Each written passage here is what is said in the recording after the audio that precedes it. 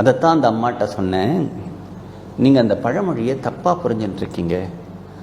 தனக்கு மிஞ்சினது தனக்கு மிஞ்சி தான் தான தர்மம்ங்கிறது பழமொழி அல்ல. பெரியவர்கள் சொன்னது அதல்ல. தனக்குன்னு மிஞ்சினது தானமும் தர்மமும் தான். நீ இவ்வளவு சம்பாதிச்சியே, இவ்வளவு வீடு கட்டினியே, இவ்வளவு கார் வாங்கினியே, இவ்வளவு சொத்து சேர்த்தையே, அதெல்லாம் உன் கூட வரப்போறது இல்லப்பா. அதெல்லாம் வேற யாரும் எடுத்துக்க போறா. ஆனா உனக்குன்னு சிலது கூட வரப்போறதே, உனக்குன்னு மிஞ்சி உன் கூட வரப்போறதே. அந்த மிஞ்சின்னு உன் கூட வரப்போறது என்ன அப்படின்னா தனக்குன்னு மிஞ்சினது.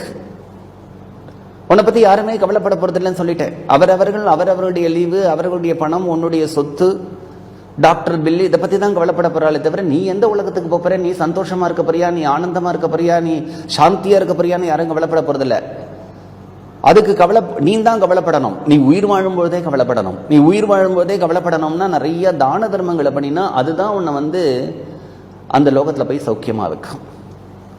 தான தர்மம்ங்கிறது ரொம்ப பெரிய கஷ்டம்னு அர்த்தம் இல்லை.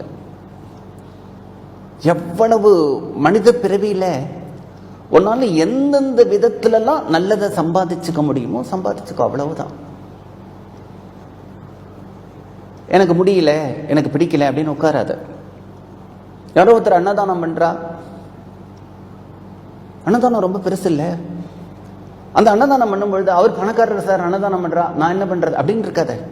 அந்த இடத்துல போ, சாப்பிட்றா இல்லையா, எல்லாருக்கும் 10 டம்ளர்ல தண்ணி விடு, கூட சர்வ் பண்ணு. அவர் பண்ண ஒரு நல்ல காரியத்தில் ஒன்னால எந்த விதத்தில் ஈடுபடுத்திக்க முடியுமோ அந்த இடத்துல ஈடுபடுத்திக்கும். அதுவும் புண்ணியம்தான். அதுதான் ரொம்ப பெருசு. எல்லாருக்கும் சாதம் எடுத்து போடு, குடிக்கிறதுக்கு தண்ணி வேணுமா எடுத்து கொடு.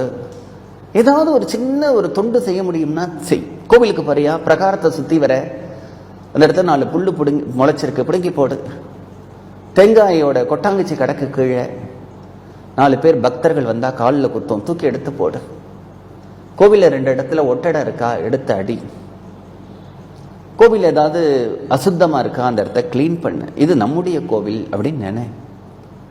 ஒரு பசுமாடு வருதா, 2 புல்ல பிடுங்கி கொடு. வரவர்கள்ட்ட வெள்ளு வெள்ளுன்னு விழாம 2 வார்த்தை அன்பா பேசு.